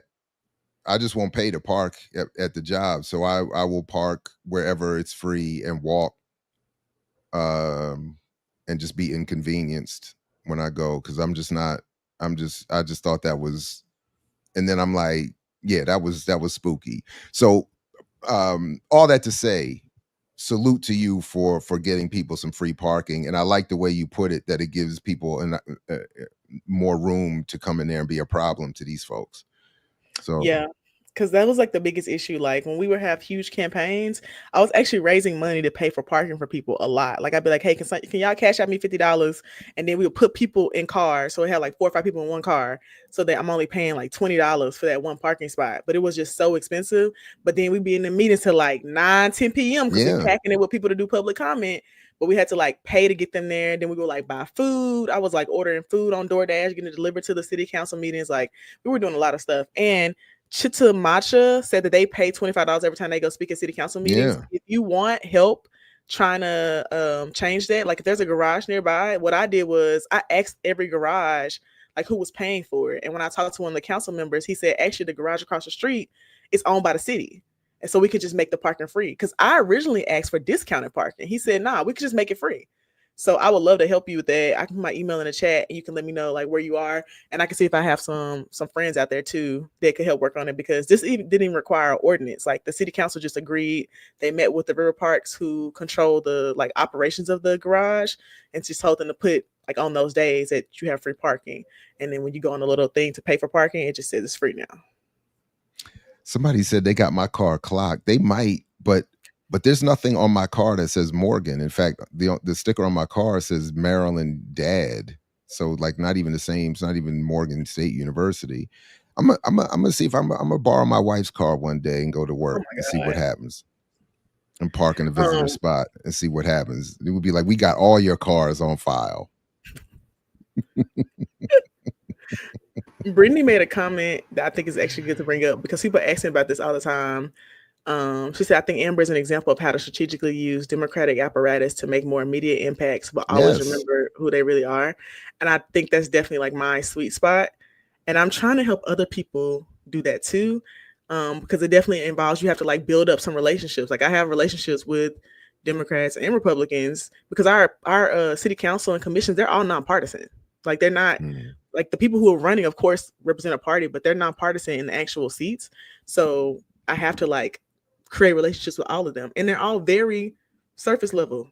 Like I'm not buddy with none of them niggas for real, but I can get shit done. And I think that's the only way to actually achieve like real abolition, real like these really very radical things I believe in. Start with very small like baby steps, like making sure we can get 40 people at a city council meeting every 2 weeks. And we can do that with free parking. So I'm excited about that. And my other announcement, because there were 3, is that I pitched to our mayor at the beginning of the year to create a Memphis Youth Advisory Council for writing policy and policy recommendations that go directly to the mayor for him to implement, as a way to create an actual track of youth having a direct connection to the mayor to push for more radical things that we want, like police not answering mental health calls and other stuff like that. So they agreed, and they agreed to let me be the advisor, and I get to pick the inaugural class. And so I'm gonna get all our youth from our BLM chapter and meet with them ahead of time and help them strategize for the like very radical, realistic policies that we want for the council.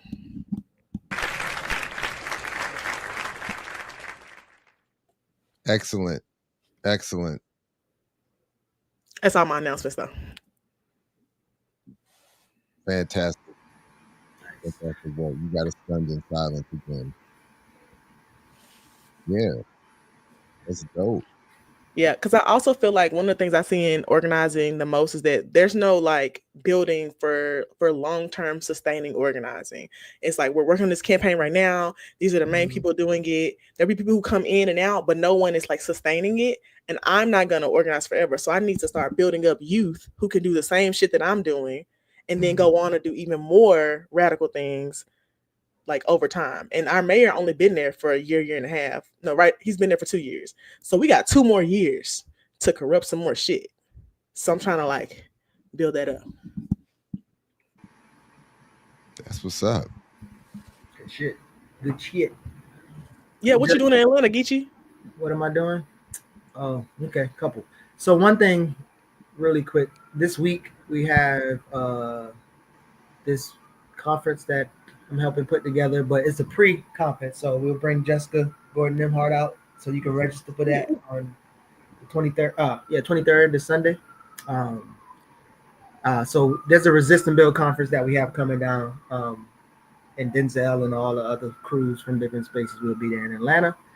But Jared, this one person, I've been talking to him and a few people at this Green Link, and I'm sorry about the cops in the back, but y'all have to get over it. But so Green Link they help Atlanta write the energy plan. And so as Amber was talking about, sometimes when you have relationships with the people in office or the people who are contracted work with those people in office, like the researchers and the people who are focused on Green Plan, what they've been doing was they had this some type of grant or some type of resources to track homeowners and the utility situation. But instead, Matt and his team started looking at renters because they kind of left renters off of the whole docket. And what they was finding out, which all of y'all know, and we talked about this before, but the utilities that are in black neighborhoods are like drastically, extremely high, and they're using that as a form of displacement. And so I think right before I left, I was talking with Matt about it, and I shared with him your work about black buying power and how even this argument that like black people got this spending power and they don't ever talk about the housing, but also the utilities, which is sometimes just as high as the damn housing, and it's the second biggest expense at least.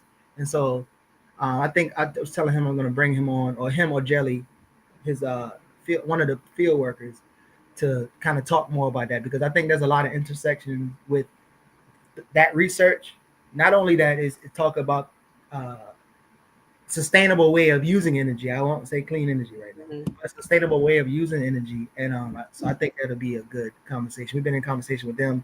As CNB, we do have a part with our food program, utility assistance, but as we all know, like, we ain't gonna have enough money to pay everybody utilities, so you'll have to get to the root of that by directing and changing policy and putting people in position to fight. You know how you feel about clean energy. I'm just saying, I just can't. I mean, I don't disagree about the clean energy comments. I did agree with you. Yeah, it just be interesting. I mean, we gonna use it. We just need to use it logically. Yeah, we don't. Renee tapped in on what I said about not building like a plan for more leadership, and I think that's the biggest issue I've seen in every place I've helped organize. When I was in Louisville, when I've organized here, when I was in Atlanta, like with Cop City stuff, like there was no long-term plan, and that is like so draining, which is why I thought of these multitude of ideas of ways to like sustain that.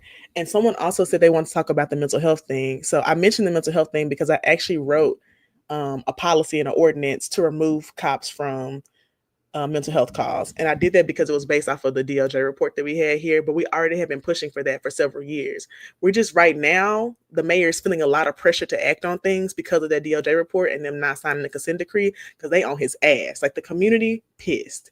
So he's feeling a lot of pressure. And I think that's the biggest like catalyst here for some of the policy stuff, is that because he's feeling that pressure, he's more willing to act.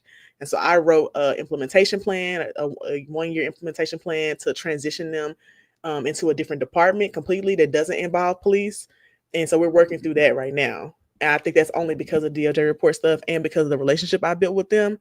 But I do think it's doable, like in other places. And I'm always down to help. And then someone else asked me about, what do I think about, what is my advice on policy advocacy campaigns for youth? And I answered in the chat, Michael, with my email, but also I'll just answer here. I feel like that's where we should be starting, because the youth always have the answers. And sometimes they don't have the answers that make sense. You have to like kind of question them a little bit, ask some more open-ended questions to get to where they're going. But I feel like the campaigns are more successful when more youth are involved, because I think that multi-generational campaigns are important, right? You want to have the elders there. They're going to always show up, but we also want to include the people who are going to be here the longest, because we know the elders aren't going to be here that much longer. And a lot of times the youth are excluded. And we have some specific orgs that do youth organizing here, but all my campaigns include youth, because I think that that's like the most important voice. And to build sustaining campaigns, you have to start with your like 16 to 25-year-olds, because they're going to be organizing on this for a much longer time than I am. Like, I'm not going to be doing this past 50, 60. I'm going to be chilling. So I just know myself, and I like to prepare. But also I'm down to talk about it through, like, set up a call or whatever. I saw my email in the chat. Because I write my own policy advocacy campaigns and kind of build around that. So I've done trainings about power mapping. I've done trainings about creating the campaign plan, how to put in escalations, how to do multi-targeted campaigns, stuff like that. So I'm always down to help with those kind of stuff too. Word up. Although I think more needs to be done to bring young people into organized spaces, because I think there's sometimes too much of a, let's just hear the youth. And no, let's get the youth trained up and involved, not just heard. But but in general, right on. And I agree with that. I think that they should be brought into our stuff. orgs and not just in, because I also feel like people don't value, when you're from a youth org, they don't value it as much because they're like, oh, they're not in, you know, a multi-generational space. And I also don't agree with that either, but I feel like they don't value it as much. And then I also feel like the youth are missing out on things they could learn from other people that have been organizing for a while. Like the type of political education that I get in our BLM chapter, I wouldn't get in other places. Yeah, exactly. But it also is an encouragement that grown folks and elders stay involved to train them youngsters up. We can't just, because again, I think a lot of us have felt over the years a little bit of we're having to recreate the wheel and start from scratch. So, you know, but right on. Great job. Just quickly, tomorrow, please join us for, first of all, I think, make sure you've liked, shared, subscribed, that you've rung the bell, you have your notifications set, that you are alerted when Jackie comes back with We Darker Than Blue later today, I believe. Tomorrow we got Saturdays with Renee. Going to have a great conversation with Momadou Tal and Amandla Thompson from the students struggling and being threatened with deportation and all kinds of stuff up there at Cornell. And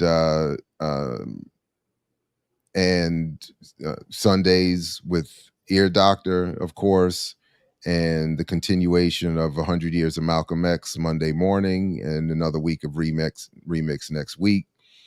So just make sure you're caught up with all of that, and then going back, as I will today, to catch if anything you haven't caught. For instance, Dare to Struggle, Dare to Win. There were but anything else? Yeah. About some power mapping trainings that I've done and other stuff. So I just want to say my email because folks are asking. My email is thelawaccordingtoamber@gmail.com. So you can always email me there, and I got you. Perfect. That has to be the best. There's got to be a top 10 appropriate emails. So Ricky asked how we're defining young/youth. I define young/youth as like 13 to 30 or 16 to 24, and that, like, depending on what the program is. But like, I'm 30. I don't consider myself youth, even though a lot of people still consider me a youth. I think under 30, definitely youth, because my 20s was wild. So I definitely consider that youth. Then after that, no. Wow. I think that works. You know. Anybody younger than the person in question is you. No, I'm just playing.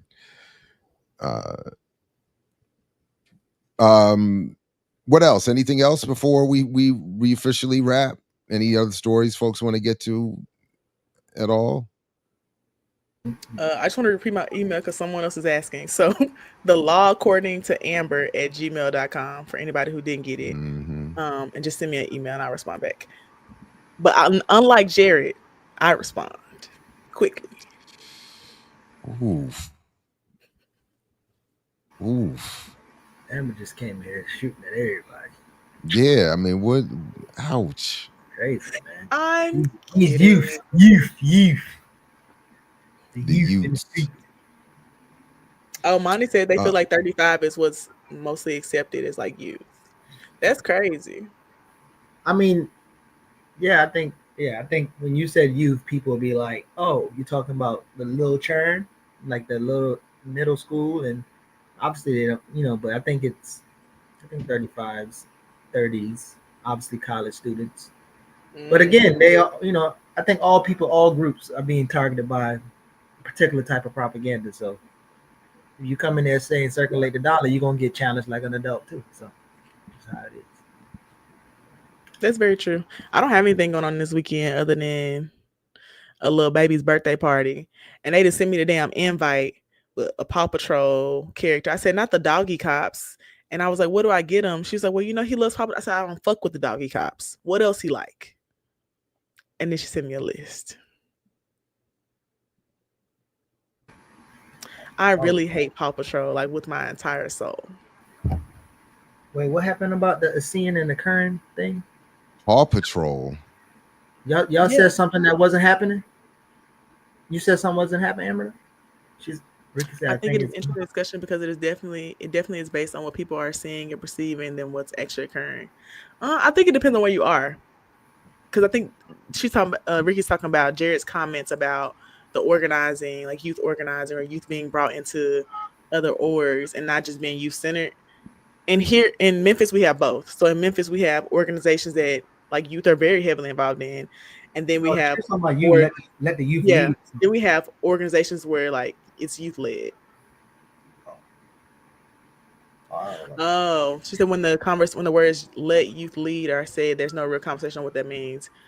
I agree. I think for me, that looks like us providing youth the mentorship they want for whatever leadership they're seeking so they can do that. And I don't see that happening here as much. Like we had a fellowship program that we were doing and it was going well. We haven't done it for a year. And Ricky responded to people in the chat. Never mind. But I do think that it is not happening as much as I want it to. Like there's at least 4 or 5 radical orgs here that are like abolitionists. But a lot of them don't have youth leading stuff. Oh. Okay. There's that. All right. But that's all I got going on this weekend, Gishi. What you doing other than your pre-conference? Traveling back to Atlanta. I'm probably going to hear that nigga sing liquor music tonight. Liquor house. Liquor house music, yeah. I'm gonna pull up there because let me tell you something. He be singing with his whole soul. Guys, I sent Jared and Gishi a video of the nigga singing. Singing for his life. He's enjoying himself in a space where it's appropriate. You know what I mean? I was loving it. I said I'm coming back next week. What you mean? Now he a little boring outside of that. I hate it for him. That's the dude that took you. He took you and he just went up there and grabbed the mic. Yeah, that one. And I need him to do that again. That was fun. The text message is a little boring. He a little boring. I said, maybe he don't do text messages. Get a man a break. God. He be texting me. How was somebody boring in text message? What are they supposed? I mean, what is exciting in text message? Just nothing. Don't answer that. I don't need to answer that. No, I'm saying like it's just nothing of real substance. Like it's just like okay, cool. I'm doing this. I'm doing that. But like not a, And how do you think we're gonna liberate Africans? How are we gonna get about this country? Nothing of substance. Like, are we talking about capitalism? What are we talking about? He's not getting there, and that's what I need. I need to be stimulated by the conversation. I need to be juicy, spicy. Let's argue. That's me. That's all. And A-Rob, he has "What You Doing" me a few times. And I said, I'm not responding no more. But I will be there to hear that liquor house music. I will be in attendance. With a cute outfit on. Probably some cowboy boots too, because we be doing the line dances. Oh, wow. Yeah. Yes, oh, wow. Leah, I do need mental stimulation. I already have a nigga who don't mentally stimulate me. They just for fun. I already have one of those. So I'm trying to we have to have each one. Someone who mentally stimulates me, somebody who's just fun to talk to about random shit, somebody who is like very politically aligned with me and we can argue back and forth with. I got to have every version. And the version I need him to be, he not being right now. So I might have to find somebody else. Oof. It's polyambery for you. Polyambery. It's so funny. I feel like it's a Mary J. Blige song. In this polyambery. Dun, dun, dun, dun, dun. Hateration.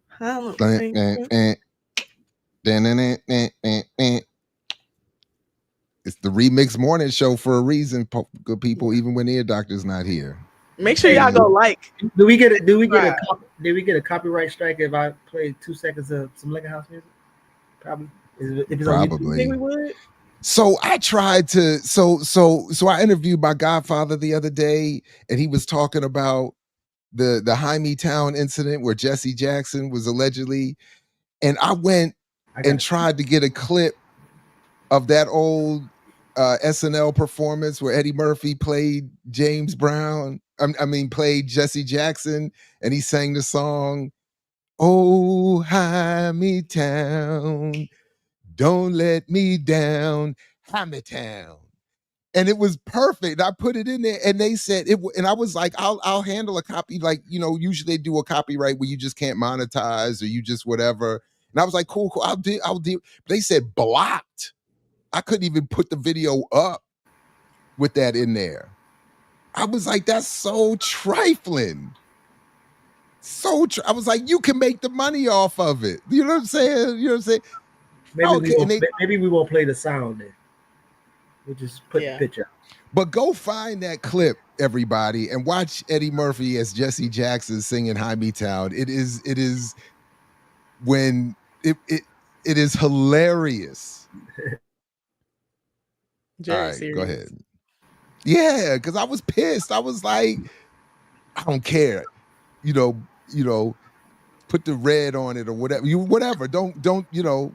But they blocked it entirely. I said that is so trifling. I gotta finish that interview you did, because I went back and watched the old conference in Gary, and I remember Jesse on stage showing out. So I gotta go back and watch that. That's wild. But that's the thing. The Hymietown incident, and I didn't remember this, was that it was not something he said like when he got caught with that Obama cut his testicles off comment on a hot mic at the news studio. This was allegedly something that he said and then did publicly apologize for, sort of off the record in a non-reporting situation, and somebody basically snitched on him. And of course, it was more about his affinity towards Palestinians and whatnot at the time during his '84 campaign. But anyway, it was just I think this is going to be dope. I recommend this. I will have to catch this later. Or Asami Burton on Millennials Are Killing Capitalism, coming up at 10 o'clock. I think the coolest thing I learned about my ADHD diagnosis was that debates and like arguments are a really good dopamine boost. And I said, that makes so much sense. Because one time this nigga told me I just like to argue. I said, actually, I do. And it makes so much sense. You like to argue. I'm trying to argue with you. You mad. Big mad. I'm happy. This Amber theme song, by the way, if you want to listen to Liquor House music, check out King George. Play it real quick, though. Just play. We could let this play ourselves out. We're going to rock out to keep on rolling, everybody, here on King George on the Remix Morning Show. Amber, Geechee, Jared. How you know? Peace, everybody. Only if you're willing to fight for it. If you want to leave, go ahead and leave, baby. There's one thing that I found out. I can't have one, gotta have three. One woman just to hold me down. One woman just to lift me up.